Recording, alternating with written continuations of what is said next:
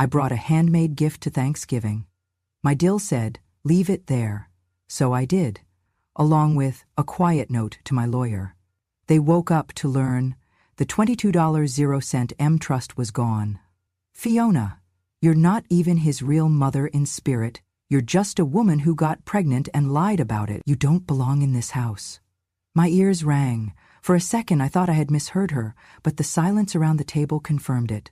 No one moved, no one spoke. Forks hovered mid-air, wine paused at lips, even the baby in the high chair had gone still. I blinked. Once, twice. She had said it. Out loud, in front of everyone. Rosie, my daughter-in-law.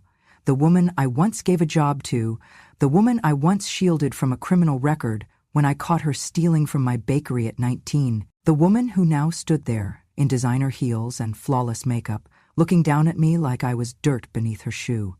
She stepped closer to the table, bent down, and picked up the gift I had placed there just an hour earlier, a table scarf sewn from my late husband's shirt, blue cotton, soft with memory, stitched by my hands.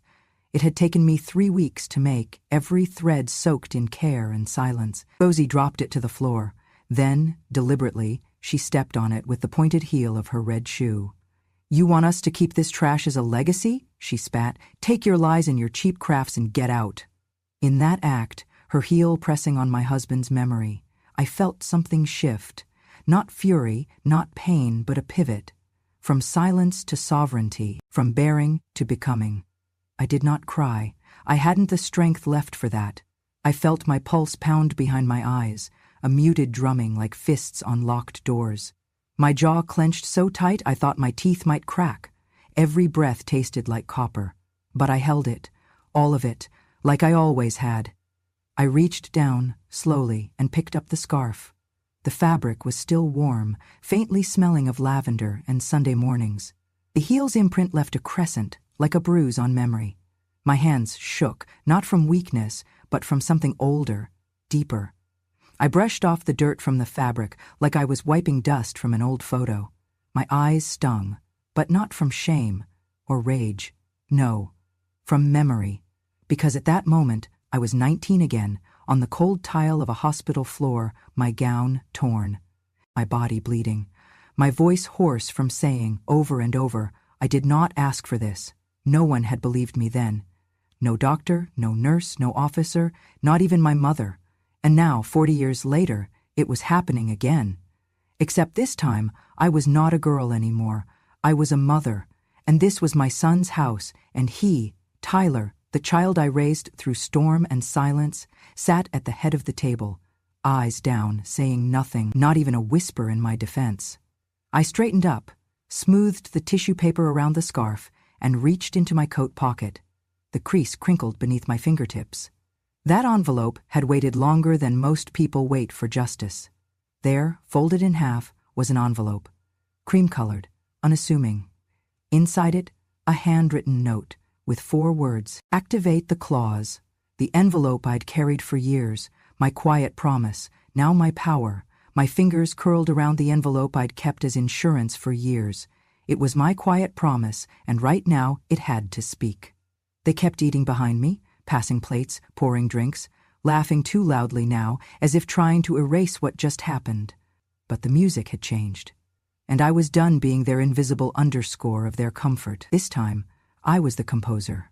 I remember the first time I saw Rosie's name on a resume. She was 19, applied for a cashier job at my small bakery on the east end of town. Back then, the bakery was all I had. I opened it after Tyler started high school, once I could finally afford to turn my pie-making into something more than survival. I named it after my mother, Irene's oven, though I never once told her that. Some wounds never close, even with sugar. Rosie wore too much eyeliner and not enough patience. She showed up late to her interview, lied about her past job, and couldn't name a single type of sourdough. But she smiled that sort of bright, sharp smile that could slice butter. I hired her anyway. I believed in giving young women second chances. Lord knows I could have used one myself at that age. She worked behind the counter, got decent reviews from customers, knew how to upsell cinnamon rolls. But 3 weeks in, the till came up short. At first I thought it was a mistake. Maybe my math, maybe the evening managers. But then it happened again and again, until one evening I stayed late and watched from the back kitchen as Rosie slipped 2 20s from the cash drawer into her apron. She moved like someone who had done it before, quick, confident, no hesitation. I stepped out, flour still on my hands, and said her name. She froze. I told her to sit. I made tea. She stared at the floor the whole time. I could call the police, I said. I could ruin your record before you've even started your life. She did not cry. Instead, she said, "You wouldn't." I looked her dead in the eye. "Try me." Her hands clenched. Then, after a long silence, she whispered, "I just needed it for groceries. My mom's boyfriend left and she's not working. We're behind on rent." I do not know if it was true. I did not ask. I gave her the rest of the tea and told her to leave. No police, no public scene. But I also told her never to come back, and that if I heard of her stealing again, from anyone, I would make sure her name followed her like smoke. She walked out that night, and I never expected to see her again. But fate has a cruel sense of humor. 3 years later, Tyler brought her home. They met at some campus event. She had gone back to community college, studying marketing. She wore nicer clothes, smiled the same sharp smile. Tyler was besotted. Said she was strong, independent, real.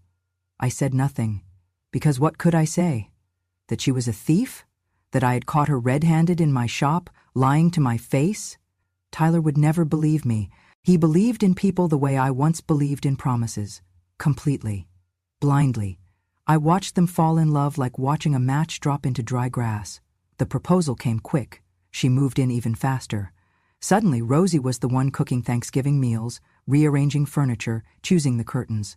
I was asked to call before visiting. My photos began disappearing from the walls. When I asked Tyler, he said they were redoing the aesthetic. But what hurt more than any of that was the shift in tone. Rosie never said a cruel word, outright, but her compliments always came laced with vinegar. "I love how you still use those old sewing machines. So authentic. Must be nice not having to worry about work stress anymore. Your pies are great, but we've started watching carbs." Tyler laughed. He always laughed.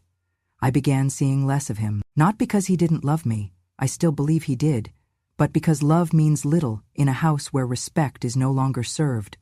Then came the company. Tyler had this idea, a software startup aimed at helping small local businesses streamline inventory. It was clever, personal. He poured his savings into it, quit his job, took a risk. I supported him, cheered him on, until it all fell apart. Poor planning, misjudged demand, a prototype that took too long. Investors pulled out. Tyler was weeks away from losing the house, the car, everything. I found out through a neighbor, not from him. I drove over that day, asked him point blank what he needed. He would not look at me. "I can't ask you to bail me out, Mom." "You're not asking," I said. "I am offering," he cried.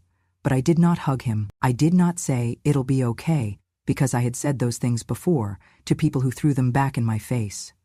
Instead, I went home and made a call. My husband, God rest his soul, had left me nothing but debt when he died, but I paid it off, slowly, brick by brick, and when I rebuilt, I built quietly. I invested in small things, little stocks, long-term bonds, CDs. I never touched them, never told anyone. By the time Tyler's company collapsed, I had enough saved to give him a second chance.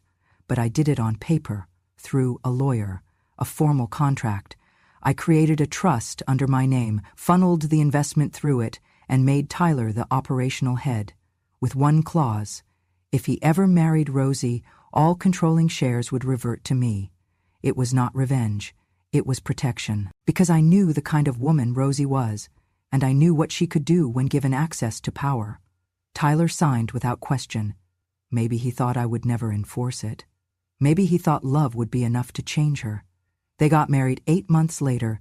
Rosie never knew about the clause. Tyler never told her. But she must have suspected, because once the company started doing well, she began asking questions, poking around, calling their accountant, recommending new financial advisors. She kept saying things like, "We need to know where we really stand, and it's important to have clarity if we want to plan for our future." What she meant was, I want to know what belongs to me. I remained invisible. Let them play house. Let them think they had earned it all, because some traps do not need bait, only patience. They bought a new house. My money. They renovated the kitchen. My money. They sent their daughter to private school. My money.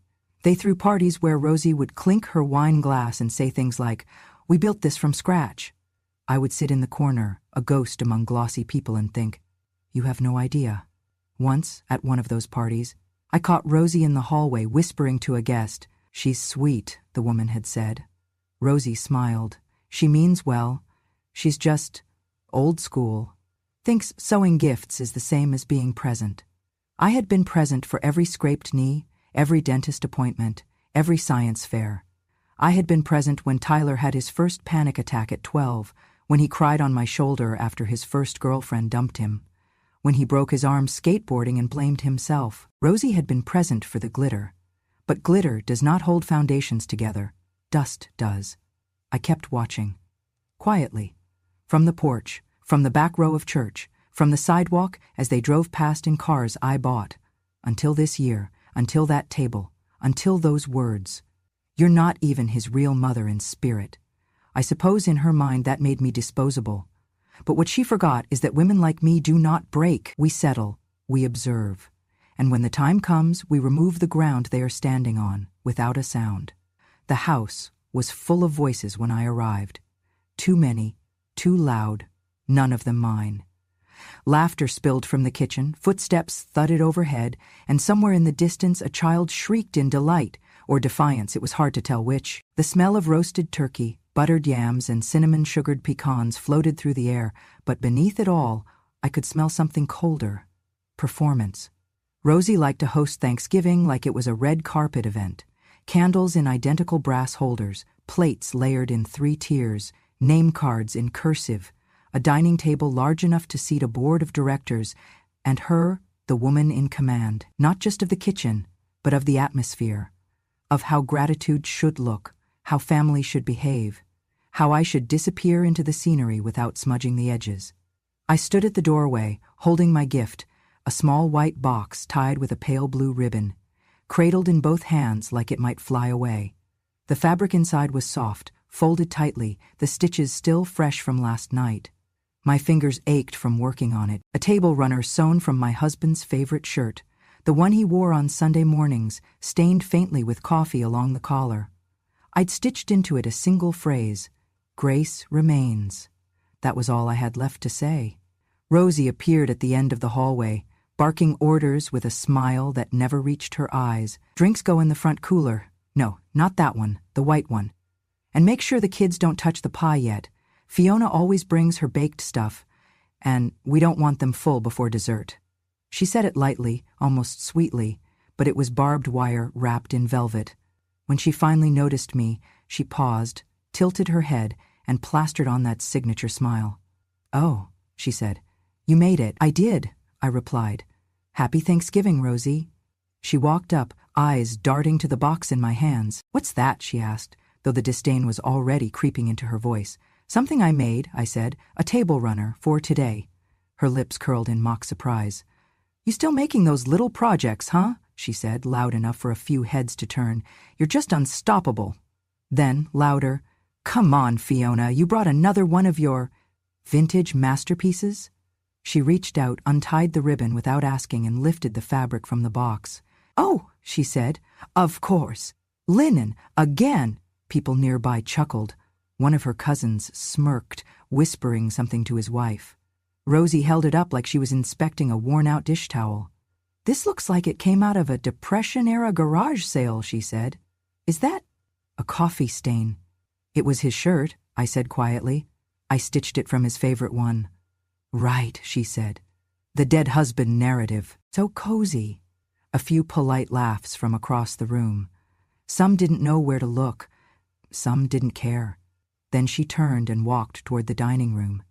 "Just leave it by the side table," she called over her shoulder. "No offense, but the main table is kind of curated. We don't really need sad energy there." I stood still. I heard someone chuckle, and then someone else. A slow ripple of amusement like smoke filling a room. Tyler walked past, carrying a tray of drinks.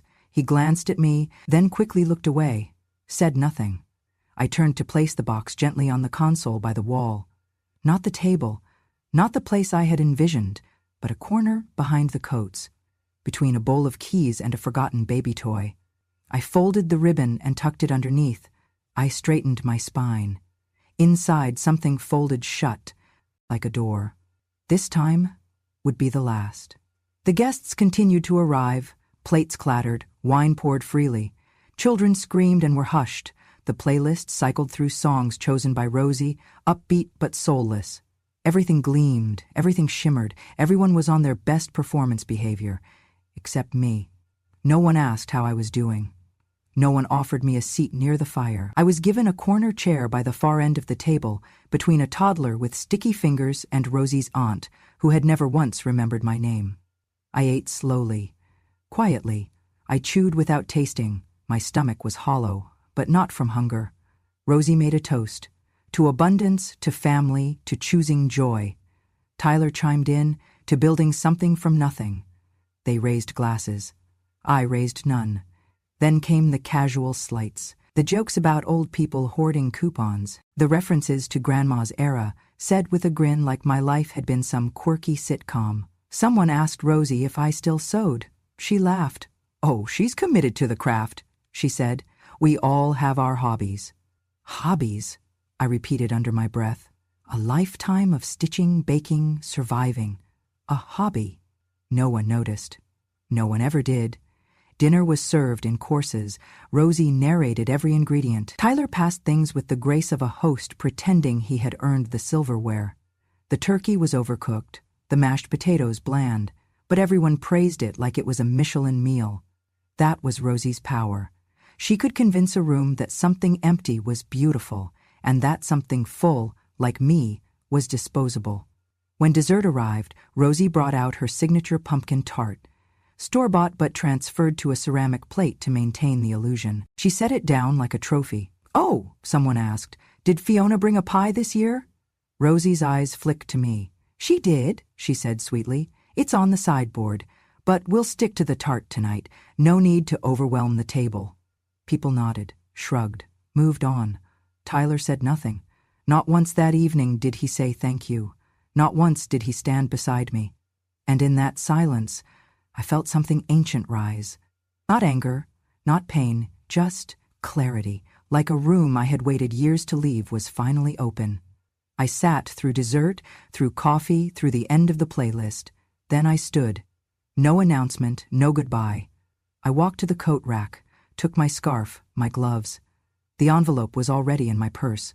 The table runner remained where I had left it, folded neatly in its box, untouched, forgotten, just as I had been. But not for much longer, because they thought I was just an old woman with frayed hands and soft footsteps. They thought kindness meant weakness. But the thing about quiet women is, we are the ones who write the last chapter, and mine was just beginning. The room was too warm. I remember that clearly, not from the oven or the fire, but from the closeness, the way everyone sat pressed together, shoulder to shoulder, laughter overlapping, wine flowing faster than water, that kind of warmth that suffocates instead of comforts. I was about to excuse myself when Rosie stood up. She clinked her spoon against her wineglass, that classic call for attention, the same way she had done when she announced her pregnancy, when she got her real estate license, when she finally lost those last 8 pounds. Her smile was wide, her eyes locked onto mine. "I have something to share," she said, almost singing the words. Something important, something long overdue. The chatter quieted, forks lowered, chairs adjusted slightly. I felt a tremor behind my ribs. She reached into the pocket of her slacks and pulled out a folded sheet of paper. Printed, clean, cold. "Tyler," she said, turning to my son, "I know you love your mother. I do too, in my own way. But love doesn't mean silence. And it doesn't mean lies." He blinked. "Rosie, what are you doing?" She held up the paper, like a magician revealing the final card. "I got you a DNA test." A few people chuckled nervously. Rosie beamed. "No, really, I did. I wanted to make sure we were clear on your medical background. For the kids. For their future. You never know what might be hiding in a family tree, right? My hands gripped the edge of the table. She paused, dramatic, then read, "Paternally inconclusive. Maternal lineage confirmed. Biological ancestry inconsistent with reported history." Tyler frowned. "What does that even mean?" "It means," she said, looking straight at me, "that Fiona lied. She never told you who your real father was, and she still has not." The silence was a scream. He turned to me. "Mom?" I couldn't answer. My throat refused to open. Rosie's voice sharpened. "She made up a story. A convenient little tale about a high school sweetheart, remember? The one who died in a car accident?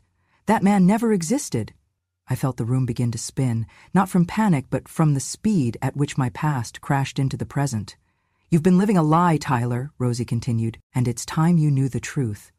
Your mother—" "Enough," I said, barely above a whisper. But she wasn't done.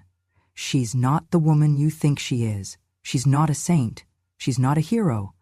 She's just a woman who got pregnant, alone, young, and decided to spin a story for sympathy." She turned back to the table. "She's not a mother, she's a mistake.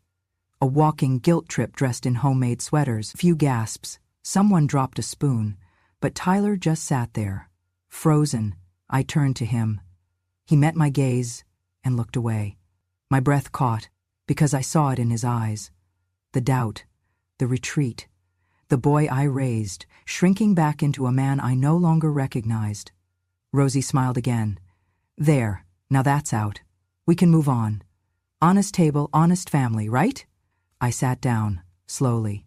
No one spoke. No one touched the wine. The candles flickered too brightly.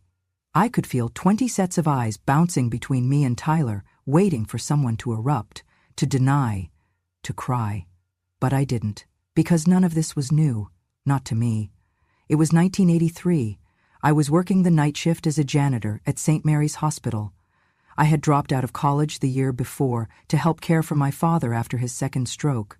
Money was tight, options tighter. I remember the night because the power had flickered, a summer storm rolled in, and the backup generator had kicked on. Everything buzzed under dim yellow light. I was mopping the second-floor corridor when someone grabbed me from behind. I remember the linoleum was cold. I remember the lights humming. I remember his breath smelled like spearmint gum, and I remember the sound of my own voice, breaking as I begged him to stop. But no one came. I was 19. When I reported it the next morning, they asked if I had been drinking. They asked what I had been wearing.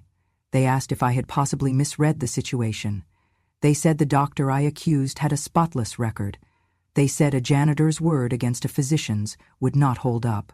I was fired a week later. 3 weeks after that, I found out I was pregnant. I never said his name again, not even to Tyler.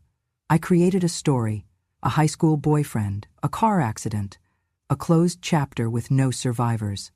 I didn't do it to lie, I did it to protect him. Because how do you explain to a child that they were born out of violence, that their very existence began with a scream? I raised him with everything I had. I worked double shifts, skipped meals, patched his jeans by candlelight. I kissed his bruises, clapped at his recitals, held his hand through fevered nights. But in the end, none of that mattered, because blood tells one story, and people like Rosie only care about that one. Back at the table, Rosie folded the paper neatly and tucked it into her purse. "As I said," she repeated, "we move forward with honesty now." Tyler finally spoke. "Why didn't you tell me?" he asked. His voice wasn't angry, just empty. I looked at him. "I wanted you to have a clean start," I said. "A name that wasn't a headline, a life that didn't begin in pain." He nodded slowly, but still said nothing else. Not, "I understand," not, "You're still my mother," just silence. And that silence roared louder than any accusation. I turned my eyes toward Rosie. She was already smiling, already sipping wine, already pretending it was all done now, that she had simply set a truth free, but what she had done was something else.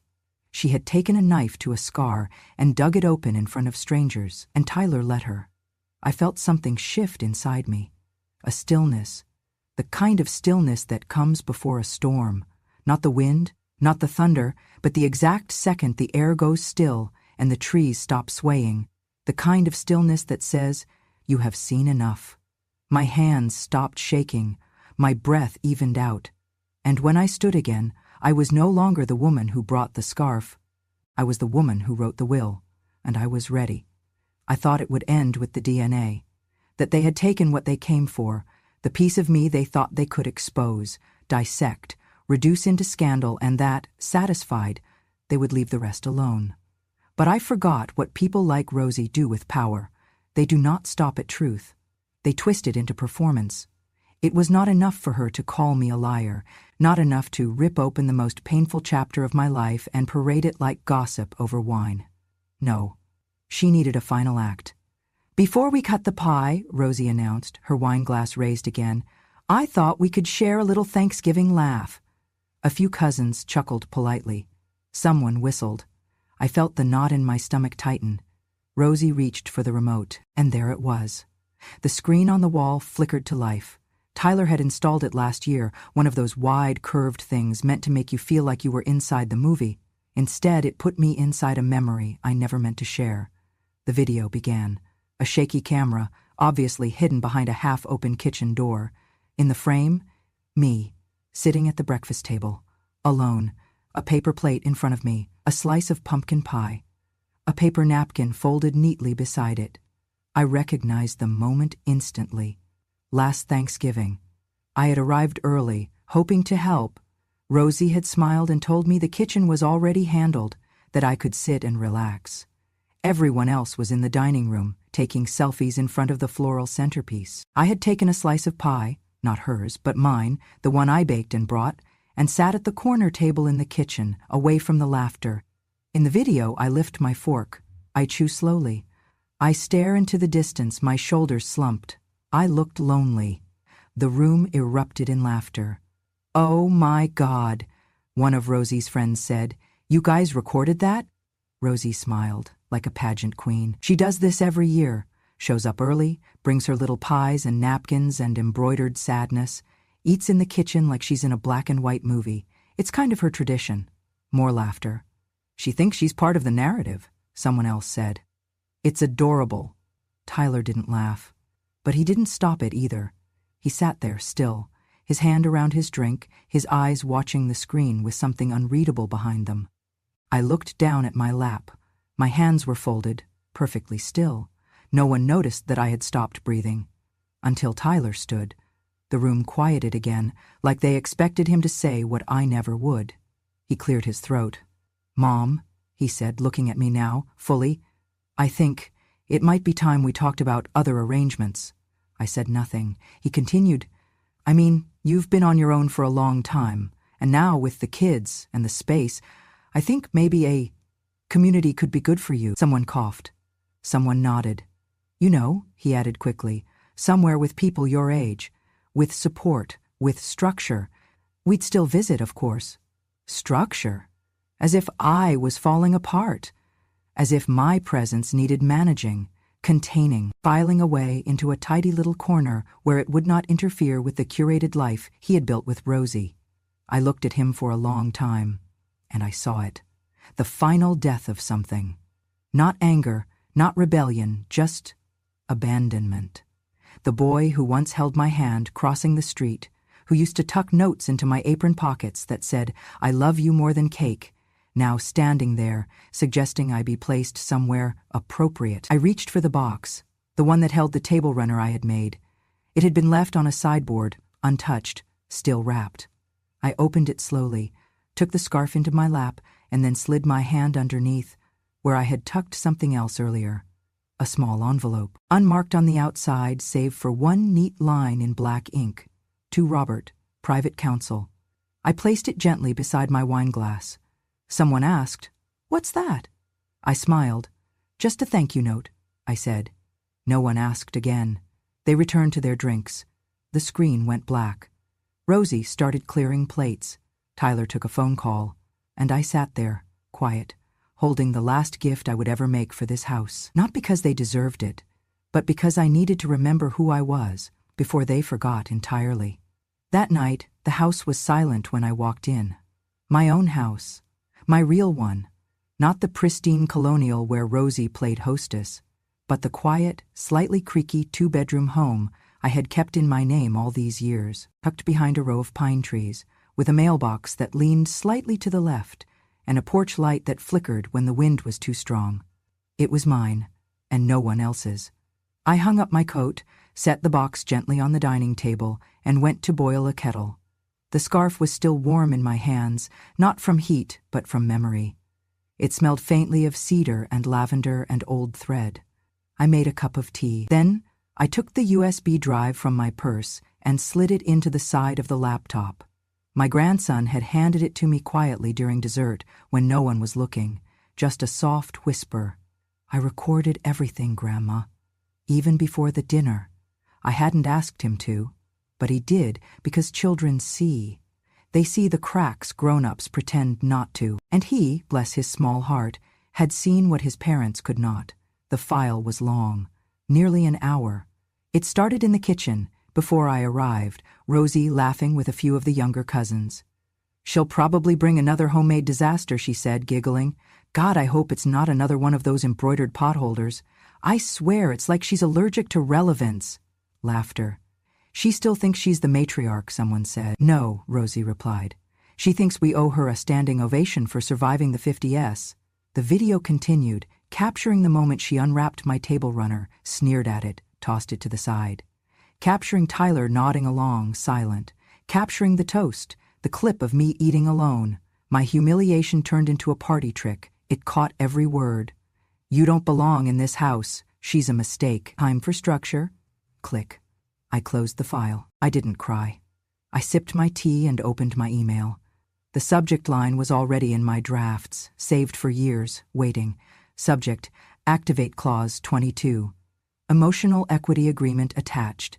The USB recording, a scan of my signature, and a photo of the scarf lying crushed beneath Rosie's heel. My fingers hovered over the send button for only a moment. Then I clicked.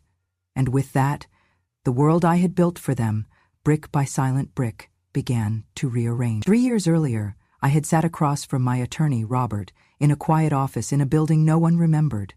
We were drawing up a standard amendment to the trust fund I had created for Tyler's startup, meant to protect my assets while giving him operational control. But as he explained the options, I asked him a question no client had asked before.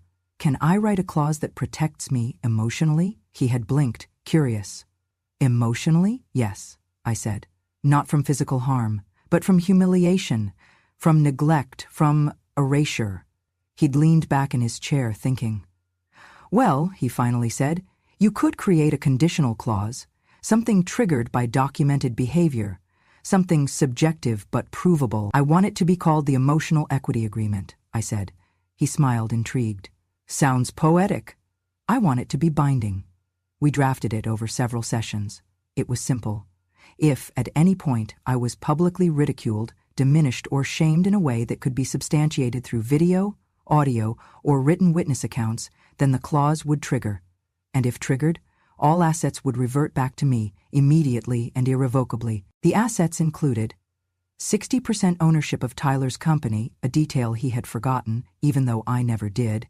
Full legal ownership of the house he and Rosie lived in, which was still in my name, temporarily assigned to them under a residential grant I could revoke.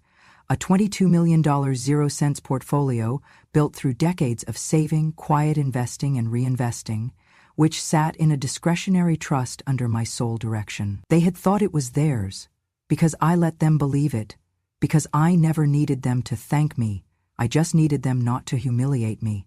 And they failed. So the clause was now live. The next morning, Robert called. "It's done," he said. "All assets frozen as of 7:12 a.m. Tyler's company is being notified. The house revocation will go out by courier today, and the trust funds are being moved into a new holding account in your name." I nodded, though he could not see me. "Thank you. I have to say," he added after a pause, "this is the most elegant legal strike I've ever seen." "It's not revenge," I said. "I didn't say it was. It's closure." He hesitated again, then said, "Fiona, are you sure you don't want to give them a chance to explain?" "No," I said. "I gave them 40 years for that." And I ended the call. I sat back, listening to the clock tick. Outside, the wind had picked up. The trees swayed gently. A leaf brushed against the window. Somewhere across town, Rosie was probably waking up, sipping her fancy coffee, checking her calendar. Tyler would be reviewing emails, preparing for Monday meetings, scheduling investor calls. Neither of them knew yet, but soon they would. Soon, the house they decorated for the holidays would no longer be theirs. The company they bragged about at brunch would no longer exist as they knew it. The bank accounts they spent from would no longer accept their PINs. They would try to reach me, they would leave voicemails, they would cry, they would rage, and I would not respond. Because some stories do not need second chapters. They need endings. The morning after Thanksgiving, I woke early. Not from habit, not from restlessness, but from something deeper. The kind of stillness that follows a storm you did not cause, but no longer fear. I brewed my coffee the old way, in a French press that Tyler once called quaint. The scent filled the kitchen, and I stood by the window, watching the trees outside bow under the early frost. Somewhere across town, a courier was ringing a doorbell. At exactly 8:06 a.m., Rosie opened her front door in silk pajamas and full irritation. She was not expecting a man in a dark suit holding an envelope. "Rosalind Turner?" he asked formally. She blinked. "Who wants to know?" He handed her the documents. "You and your husband have 15 days to vacate this property. The home is no longer under your name. The revocation follows Clause 22 of the Emotional Equity Agreement, which both you and Mr. Turner signed 3 years ago. All terms were legally binding and reviewed by your independent counsel at the time." "What?" she snapped. "That's a mistake. It is not. Ownership was never legally transferred. You were temporary residents under the Fiona Harper residential grant, which has been formally revoked." Tyler appeared behind her, still rubbing his eyes. "What's going on?" The courier nodded at him. "Mr. Turner, your company has also received formal notice. All shares and financial controls previously under your name have been reassigned." Rosie's voice rose. "Wait, what do you mean reassigned? You can't just take our house." "It was never yours," the man said plainly. "Ms. Harper retained all rights. You signed the agreement 3 years ago, Mr. Turner. Clause 22 has been activated." Rosie's face went pale. Tyler looked like a man waking into a nightmare he didn't know he'd authored. "We'll fight this," she hissed. "We'll call our lawyer." The man simply handed her a card. "You'll want to start here. That's your mother-in-law's attorney. He's already several steps ahead." And with that, he walked away. By noon, the news had begun to spread. A small but well-respected news outlet published an article. "Just a maid? Elderly woman humiliated on camera revealed as founder of $22.00 M Fiona Fund, supporting emotionally abused women." The article included snippets of the now viral clip. Rosie mocking my hand-sewn gift, laughing at me, eating alone, calling me a walking guilt trip. It included my response. Or rather, the lack of one. The camera had caught my silence, the dignity in it. That was the part that broke the internet. Comments poured in by the thousands. She sat there with such grace. Imagine treating someone like that who raised your husband. That scarf was probably worth more than their house in emotional value alone. TikTokers made duets of Rosie's voiceover footage of war memorials and abandoned mothers. Influencers called it the Thanksgiving takedown.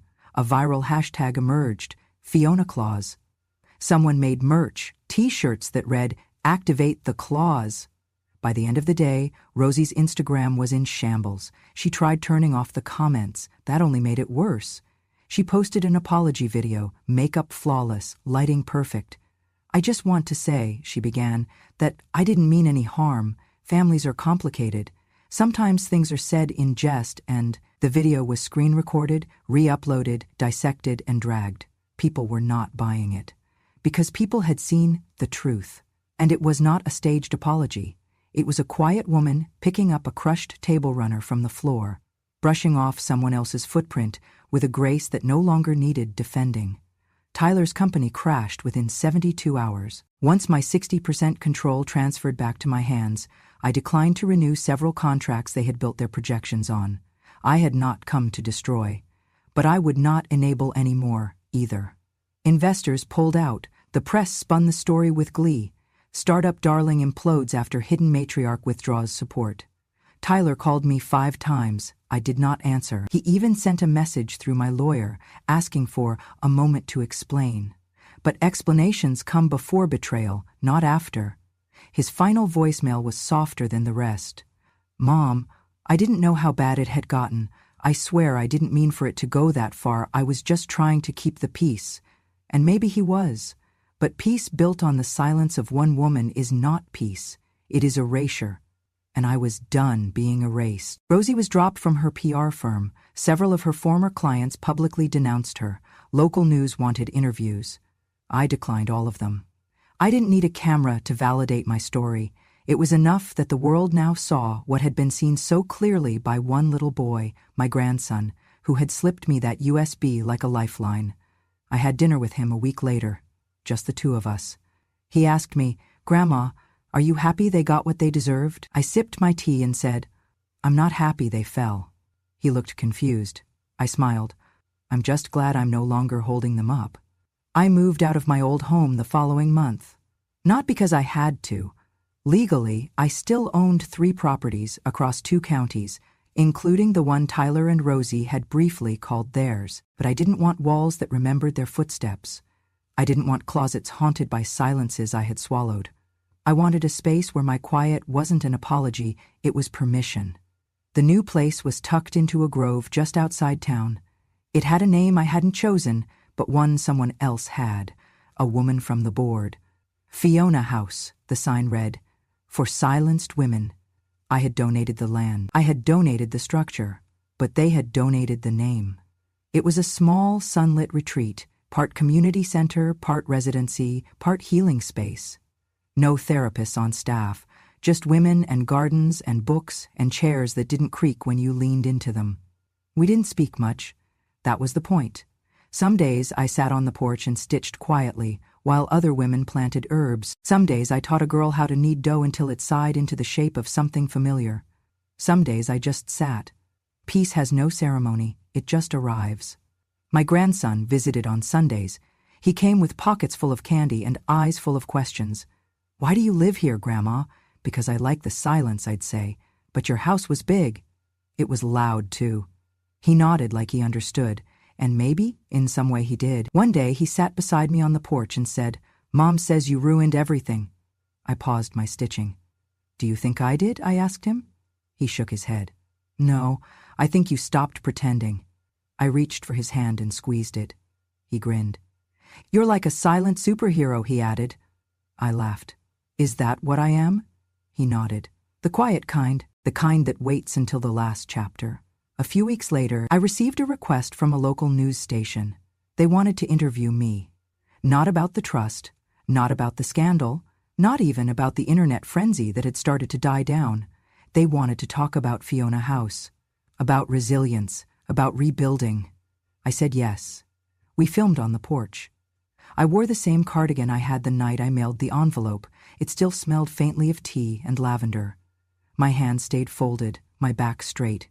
The interviewer smiled, young and eager. She asked the expected questions about my past, my investments, the way silence can sometimes scream louder than anger. Then she leaned forward and said, "Do you think you got revenge?" I looked at her, at the camera, at the quiet hill behind her. "No," I said, "I didn't get revenge." She blinked. "I just stopped forgiving people who weren't sorry." There was a pause. And then I added, "I didn't want to punish them. I just wanted to stop pretending I wasn't hurt." They aired the segment during prime time. People wrote letters. Some shared their own stories of being overlooked, dismissed, laughed at for being too much or too old or too emotional. One woman wrote, "I watched you pick up that scarf and I felt like someone had picked up me." Another said, "My mother was a Fiona. I wish I had seen her sooner." But I didn't reply to most. Not because I didn't care, but because some things are meant to be felt, not explained. The last scene of the segment showed a close-up of the table runner, the one Rosie had crushed. It was framed now, under glass, hanging in the main hall of Fiona House. The camera zoomed in slowly, until only the embroidery showed. "You don't lose family, you lose illusions." Then the screen faded to black, and the world finally was quiet. If this story stirred something in you, if you've ever been overlooked, silenced, or quietly cast aside, then you understand why I told it.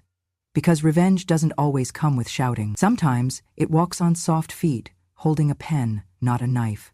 And sometimes the loudest justice is silence, followed by peace. If you want more stories like this, true stories from the quietest woman in the room, then go ahead and subscribe to Grandma True Stories. Every week, I'll share what they thought I'd forget. But I didn't, because wisdom doesn't fade, it waits, and now it speaks.